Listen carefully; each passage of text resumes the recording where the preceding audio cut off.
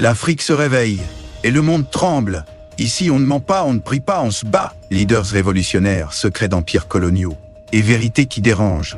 Bienvenue sur le MAG, la référence panafricaine qui brise les silences. Abonne-toi, active la cloche et prépare-toi, l'heure de la reconquête a sonné. 60 millions de dollars, c'est le coût total des salaires de nos dirigeants sur le continent.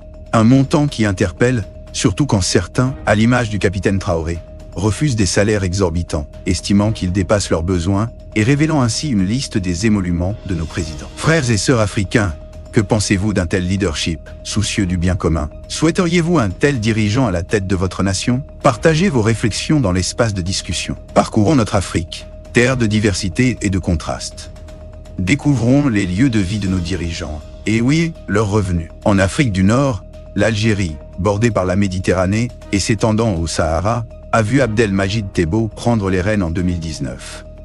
Son salaire annuel de 168 000 dollars le place parmi les mieux rémunérés. L'Angola, en Afrique centrale, avec ses 38 millions d'âmes, connaît une réalité économique difficile pour le citoyen moyen, dont le revenu annuel avoisine les 2 447 dollars. Le président Juan Lorenzo perçoit un salaire annuel de 17 824 dollars, modeste pour la fonction, mais une loi assure leur bien-être après leur mandat. Au Bénin, dont l'économie repose sur l'agriculture, notamment le coton, et où le tourisme est vital, Patrice Talon est président depuis 8 ans, avec un salaire annuel de 29 800 dollars. Le Botswana, en Afrique australe, riche en diamants et en faune, a pour président Douma Boko depuis fin 2024, avec un salaire de 77 223 dollars. Le Burkina Faso, sous la direction du capitaine Ibrahim Traoré depuis 2022, illustre un leadership différent. Il a réduit les hauts salaires gouvernementaux de 30% et a refusé son propre salaire initial de 33 810 dollars, préférant son solde militaire d'environ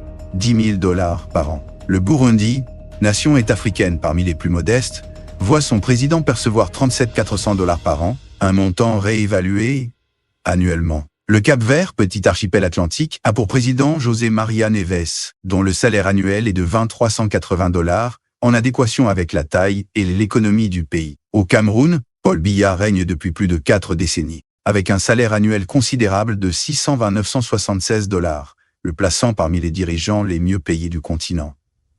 Le Tchad, riche en ressources naturelles et exportateur de pétrole, a vu Mohamed Débé accéder au pouvoir en 2021. Son salaire est estimé à environ 16 640 dollars par an.